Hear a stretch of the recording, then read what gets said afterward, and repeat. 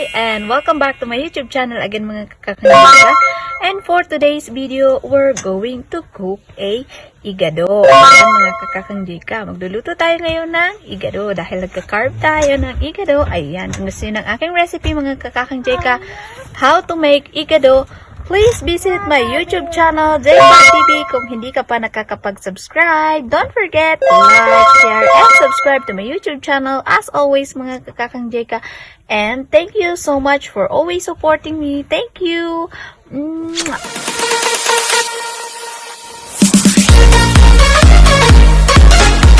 So, welcome back to my YouTube channel again mga kakakang Jeka. And for today's video, gagawa tayo ng ating IGADO. And ito ang ating mga ingredients.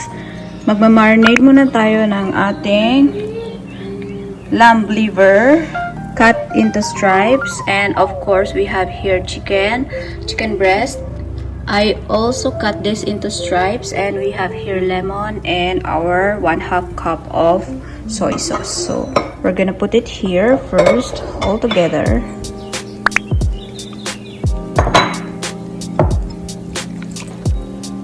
Okay, and then we're gonna add this soy sauce.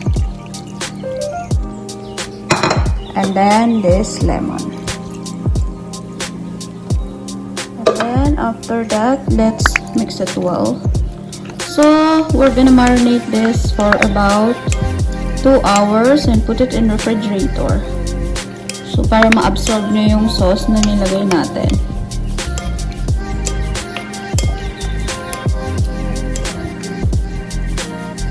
And let's add our garlic. And 2 tablespoons of our oyster sauce. And then mix.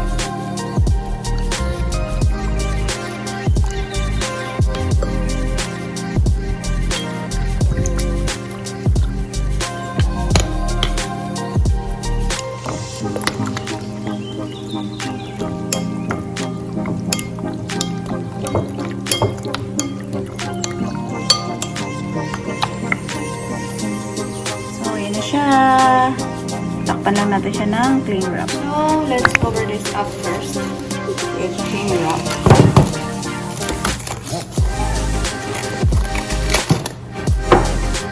So, let's open the refrigerator and put it here. So, malinis guys. Wala tayong walang laman.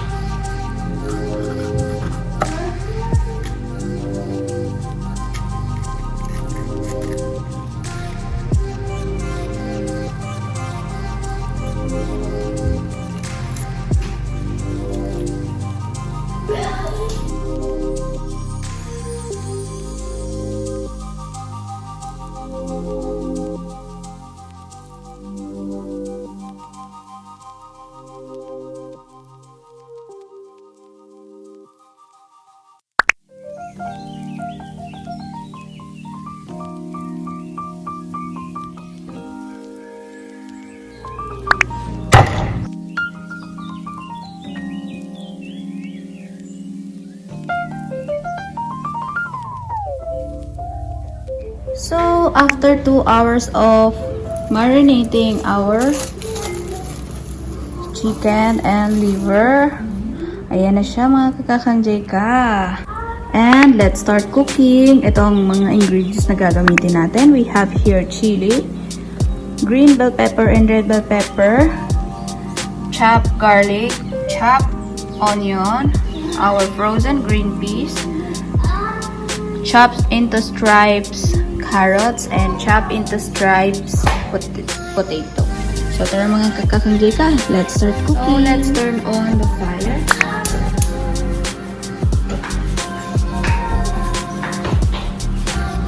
Put some oil.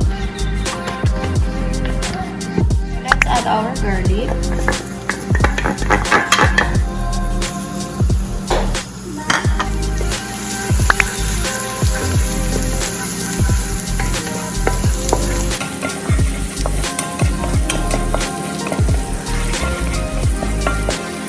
Let's add our onions.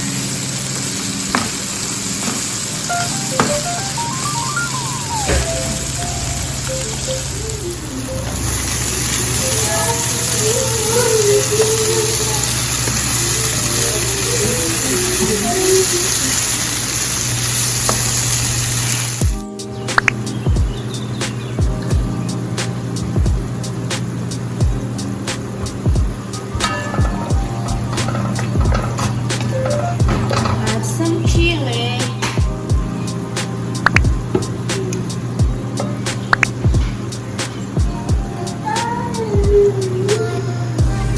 Oyster sauce, black pepper,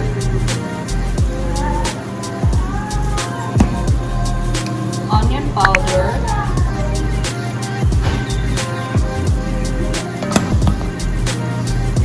garlic powder,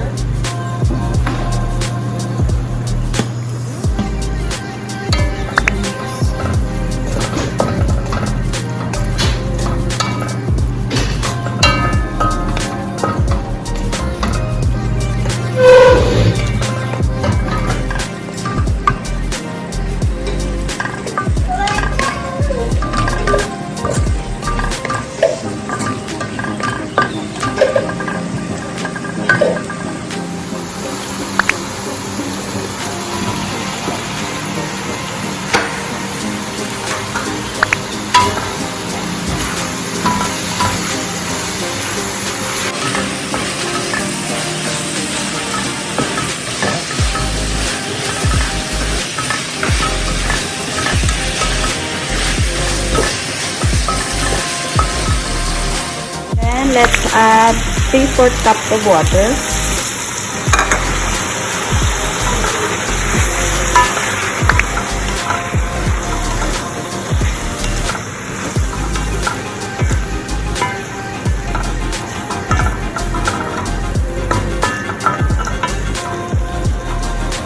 Then let's add half of our green bell pepper and red bell pepper.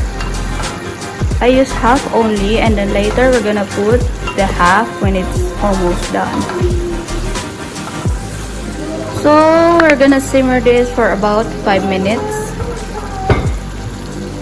So to taste, I'm gonna add white sugar. 1/2 tablespoon of white sugar.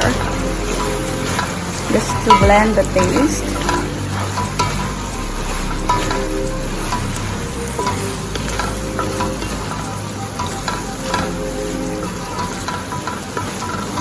And I am adding also a dry bay leaf.